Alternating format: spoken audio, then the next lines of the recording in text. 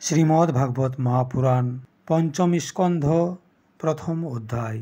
মহারাজা পরীক্ষিত একবার শ্রী সুখদেবজিকে জিজ্ঞাসা করলেন, হে মুনিবর, স্বয়ম্ভুব মনুর দ্বিতীয় পুত্র প্রিয়ব্রত একজন ভাগবত ভক্ত এবং আত্মারাম ছিলেন, তাহলে তিনি কেন সংসার জীবনে জড়িত ছিলেন এবং কর্মবন্ধনে বাঁধা হয়েছিলেন? এবং রাজা প্রিয়ব্রত ঘর, স্ত্রী, পুত্র ইত্যাদিতে আসক্ত হওয়ার পরেও কিভাবে সিদ্ধিপ্রাপ্ত করেছিলেন এবং তিনি ভগবান শ্রীকৃষ্ণের শ্রীচরণে অবিচল ভক্তি রেখেছিলেন, এ বিষয়ে আপনি বিস্তারিত বর্ণনা করুন। তখন শ্রী সুখদেবজি বললেন, হে রাজন, তুমি উত্তম প্রশ্ন করেছ।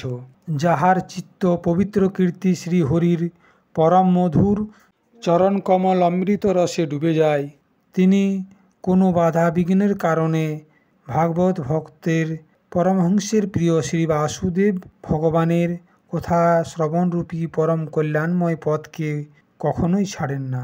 রাজকুমার প্রিয়ব্রত একজন বড়ই ভগবত ভক্ত ছিলেন। শ্রী নারদজির চরণ কমলগুলির সেবা করার কারণে তিনি সহজেই পরমার্থ তত্ত্বের জ্ঞান লাভ করেছিলেন। তিনি ব্রহ্মাসত্রের দীক্ষা, নিরন্তর ব্রহ্মাভ্যাসের মধ্যে জীবনযাপনের নিয়ম মেনে চলার জন্য প্রস্তুত হচ্ছিলেন। আর ঠিক সেই সময় ওনার পিতা স্বয়ম্ভুব মনু ওনাকে পৃথিবী শাসনের জন্য রাজকার্যের দায়িত্ব দিয়ে দিলেন। কিন্তু প্রিয়ব্রত অখণ্ড সমাধি যোগের দ্বারা নিজের সমস্ত ইন্দ্রিয়গুলি এবং ক্রিয়াগুলিকে ভগবান শ্রী বাসুদেবের চরণেই সমর্পণ করেছিলেন। অতএব পিতার আদেশ কোনো প্রকার উল্লঙ্ঘন করার যোগ্য না হওয়ার পরেও তিনি এটাও চিন্তা করেছিলেন যে রাজ্য অধিকার পাওয়ার পর আমার আত্মস্বরূপ স্ত্রী, পুত্র আদি অসৎ প্রপঞ্চ দ্বারা আচ্ছাদিত হয়ে যাবে। রাজ্য এবং কুটুম্ব আদির চিন্তায় ফেসে গিয়ে আমি পরমার্থ তত্ত্বকে প্রায় ভুলেই যাব। তাই তিনি সেটাকে স্বীকার করলেন না। আদিদেব স্বয়ম্ভুব মনু ভগবান ব্রহ্মাজির নিরন্তর এই গুণময় প্রপঞ্চের বৃদ্ধির কথাই সবসময় ভাবেন। তাই তিনি সমস্ত সংসারের জীবের অভিপ্রায় জানতে থাকেন। যখন তিনি পুত্র প্রিয়ব্রতের এরকম প্রবৃত্তি দেখলেন, তখন তিনি মূর্তিমান 4 বেদ এবং মরীচি আদি পার্ষদগণকে সঙ্গে নিয়ে নিজ লোক থেকে নেমে এলেন। আকাশপথে আসার সময় ইন্দ্র আদি দেবতাগণ ওনার পূজা করলেন এবং সেই সাথে সিদ্ধ, গন্ধর্ব, সাধ্য, চারণ এবং মুনিজন ওনার স্তবন করলেন। এইভাবে বিভিন্ন জায়গায় আদর সম্মান পেতে পেতে তিনি সাক্ষাৎ নক্ষত্রনাথ চন্দ্রমার কাছে গন্ধমাদন ঘাটিতে প্রকাশিত করতে করতে প্রিয়ব্রতের কাছে পৌঁছালেন। প্রিয়ব্রতকে আত্মবিদ্যার উপদেশ দেওয়ার জন্য সেখানে দেবর্ষি নারদজি আগেই এসেছিলেন।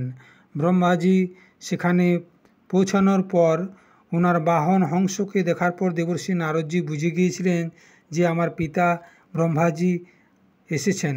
অতএব তিনি স্বয়ম্ভুব মনু এবং প্রিয়ব্রতের সহিত সঙ্গে সঙ্গে সেখানে দাঁড়িয়ে গেলেন এবং সবাই ওনাকে হাত জোড় করে প্রণাম করলেন।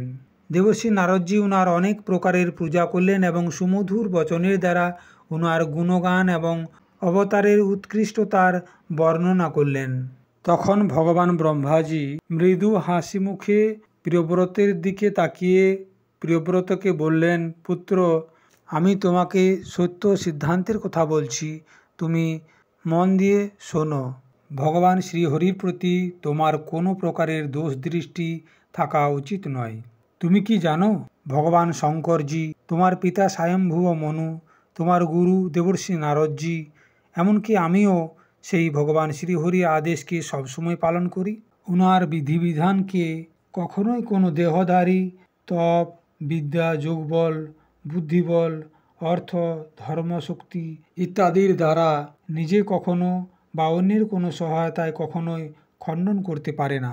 সেই অব্যক্ত ঈশ্বরের দেওয়া শরীরকে সমস্ত জীব জন্ম, মরণ, শোক, মোহ, ভয় এবং সুখ দুঃখ ভোগ করার জন্য তথা কর্ম করার জন্য সদা ধারণ করে।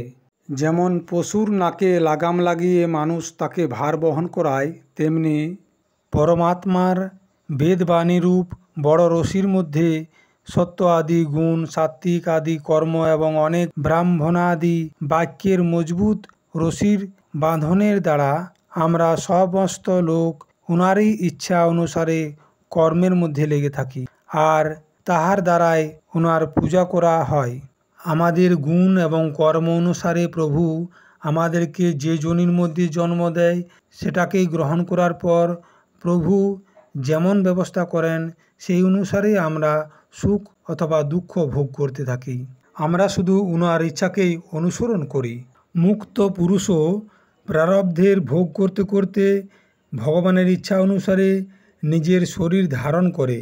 ঠিক যেমন মানুষ স্বপ্নে দেখার পর সেই স্বপ্নের বিষয়গুলি অনুভব করে, এই রকম অবস্থার মধ্যেও তাহার কোনো অভিমান হয় না এবং বিষয় বাসনাগুলির যে সংস্কারের কারণে দ্বিতীয় জন্ম হয় সে সেটি স্বীকার করে না।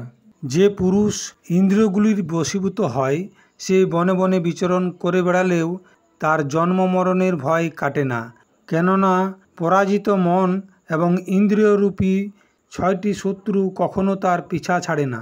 যে বুদ্ধিমান পুরুষ ইন্দ্রিয়গুলিকে জিতার পর নিজের আত্মাতেই রমণ করে তাহার গৃহস্থাশ্রম কোনো ক্ষতি করতে পারে না। যে ব্যক্তির এই 6টি শত্রুকে জিতার ইচ্ছা হয় সে প্রথমে ঘরের মধ্যে থেকেও সেগুলিকে নিরোধ করতে করতে সেগুলিকে নিজে বশে রাখার জন্য চেষ্টা করে। যেহেতু তুমি মন এবং ইন্দ্রিয়রূপী এই 6টি শত্রুকে জিতেছ, তবুও প্রথমে সেই পুরাণ পুরুষদের দেওয়া ভোগগুলিকে ভোগ করো, এরপরে নিঃসঙ্গ হয়ে নিজের আত্মস্বরূপে স্থিত হয়ে যাও।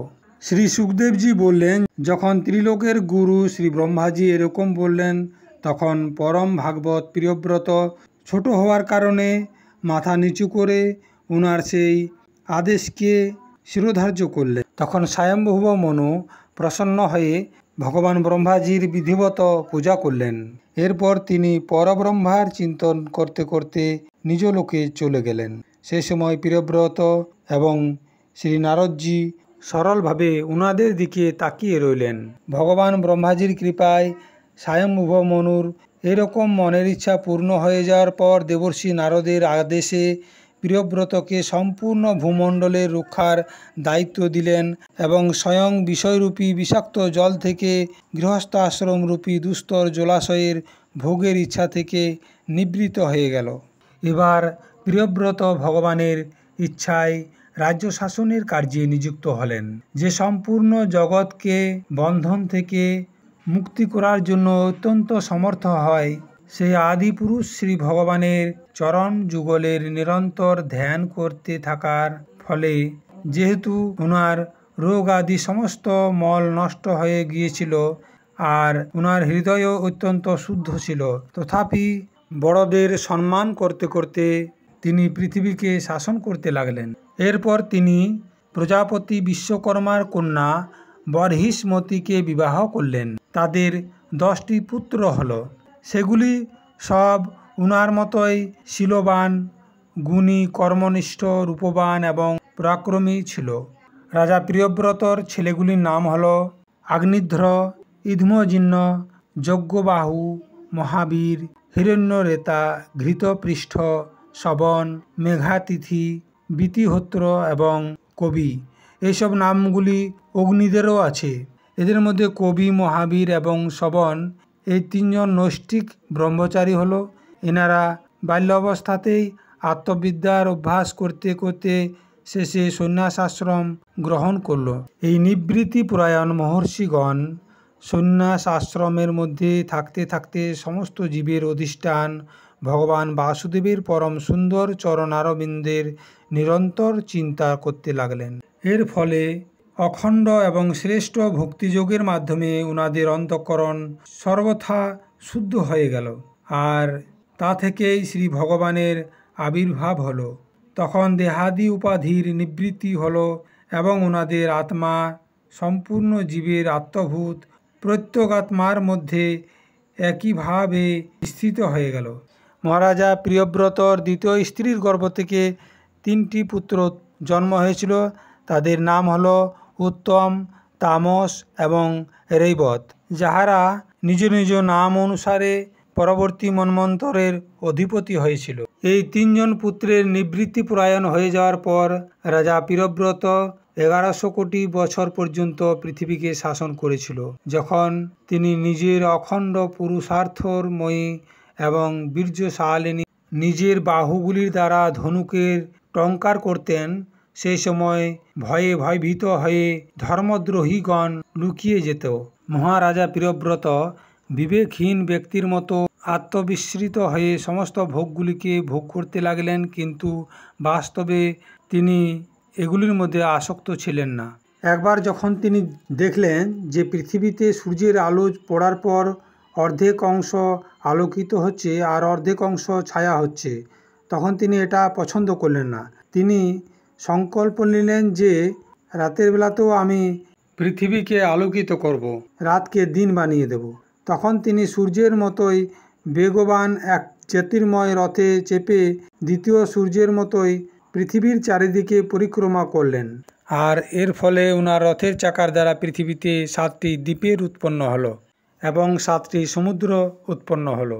মহারাজা প্রিয়ব্রত তার নিজ অনুগত পুত্রদের আগ্নিধ্র, ইধ্মজিহ্ন, যজ্ঞবাহু, হিরণ্যরেতা, ঘৃতপৃষ্ঠ, মেঘাতিথি এবং বিতিহোত্র এদেরকে ক্রমশ এক একটা সেই জাম্বু আদি দ্বীপগুলিকে একজনকে দিয়ে তাদেরকে সেই দ্বীপগুলির রাজা বানিয়ে দিলেন। ওনারা নিজ কন্যা ঊর্জস্বতীকে শুক্রাচার্যের সাথে বিবাহ দিলেন এবং শুক্রাচার্যের একটা কন্যা হলো যার নাম দেবযানী। এইভাবে অতুলনীয় বল পরাক্রমের দ্বারা যুক্ত মহারাজ প্রিয়ব্রত একবার নিজেকে দেবর্ষি নারদজির চরণে শরণ নেওয়ার পর দৈববশত প্রাপ্ত প্রপঞ্চের মধ্যে ফেসে যাওয়ার কারণে নিজেকে অশান্ত অনুভব করলেন এবং নিজে বিরক্ত হয়ে অনুতপ্ত হতে লাগলেন এবং গৃহস্থ জীবনকে তিনি ধিক্কার জানালেন। পরম আরাধ্য শ্রীহরির কৃপায় ওনার বিবেক বৃত্তি জাগ্রত হয়ে গেল। তিনি এই সমস্ত পৃথিবী যথাযোগ্য নিজের অনুগত পুত্রদের মধ্যে ভাগ করে দিয়ে আর যার সাথে তিনি বিভিন্ন ভোগগুলি ভোগ করছিলেন সেই রাজরানীকে সাম্রাজ্য লক্ষ্মী সহিত ছেড়ে দিয়ে হৃদয়ে বৈরাগ্য রূপ ধারণ করলেন এবং ভগবানের লীলাগুলির কথা চিন্তন করতে করতে শ্রী দেবর্ষি নারদজির দ্বারা কথিত সেই পথকে পুনরায় অনুসরণ করতে লাগলেন। তিনি ভগবত ভক্ত নারদজির প্রেমী ভক্ত ছিলেন। তিনি পাতাল লোক, দেবলোক, মর্তলোক তথা কর্ম এবং যোগ শক্তির দ্বারা প্রাপ্ত ঐশ্বর্যকেও নরকের সাথে তুলনা করেছিলেন। প্রিয় দর্শক, যদি আমার এই ভিডিওটি আপনার এতটুকু উপকার হয়ে থাকে তবে আপনি অবশ্যই লাইক করবেন এবং কমেন্ট বক্সে লিখবেন হরে কৃষ্ণ। আর আপনি যদি আমার চ্যানেলে নতুন হয়ে থাকেন তবে চ্যানেলটি সাবস্ক্রাইব করে সঙ্গে থাকবেন এরকম আরও ভিডিও পাওয়ার জন্য।